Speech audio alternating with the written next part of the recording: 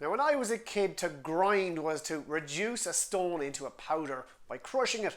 As I got older, I discovered the daily grind as in dull hard work, and then I discovered golf and grinding wedges, and I got really confused. And you know what? Figuring out which grind is right for you can be extremely tough. There are just so many.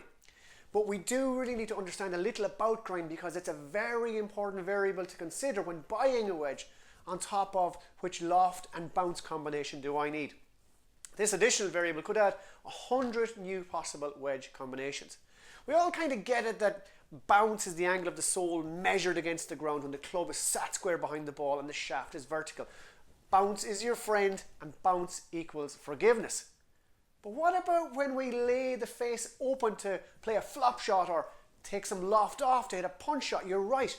This changes the bounce angle, and this is where grind takes over to restore it. Now, there are lots of grinds, and it's pretty much an art form of which Bob Vokey is the Leonardo da Vinci of the golfer. Now, I caught up with his top man, Jeremy Stone, recently to explain all the grinds available in Titleist's new SM7 range. I think the first thing that's important for a golfer to do anytime they're considering buying new wedges, whether that's online or in a shop or out on a fitting tee, is they need to think about, okay, how do I use my wedges and what's my wedge set look like and what does my iron set look like? That's the first part, gap fitting. Bob would always recommend somewhere between 4 degrees to 6 degrees of loft separation between the wedges to get a consistent yardage gap. We are all better off taking a stock swing as opposed to that really uncomfortable in-between swing. And so that really leads you into, let's say you have a set of AP2 irons, 46-degree pitching wedge. A very logical wedge set there becomes 50, 54, 58. Okay, so now that we've done that, step one's complete. We know our gapping. Now we need to look at those lofts and identify the grinds.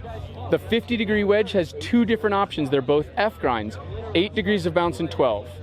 Am I steep into the golf ball? Do I take a really healthy big divot? Or am I a little more shallow and I kind of pick it off the turf? If you're shallow, go less bounce. If you're steep, go more bounce. It's as simple as that. The same holds true for the 54. How do I use that 54? Is it a full swing club only, or do I use it greenside? Because we have the F grind in the 54, our highest bounce offering, and that's really for a golfer that uses that 54 mostly for full swings with a steep angle of attack.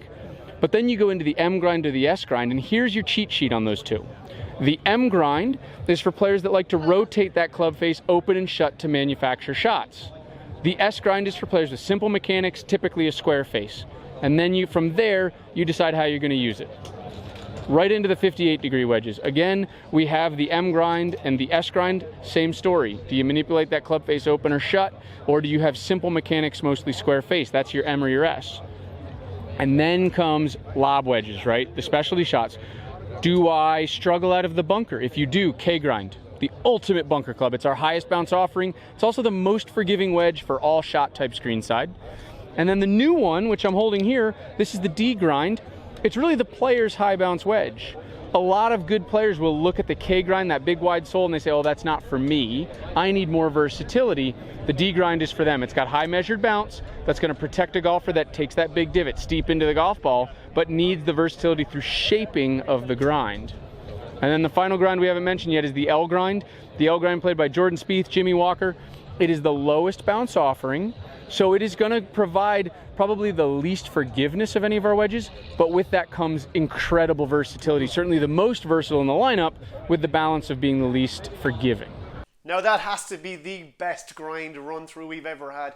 And feel free to go back and press pause after each one, like we've done here about 50 times in the office. I hope this all helps you to choose the correct grind on your next wedges. And watch out too for our full Titleist SM7 wedge preview coming soon. From me for now though, keep on grinding. It's Donal out.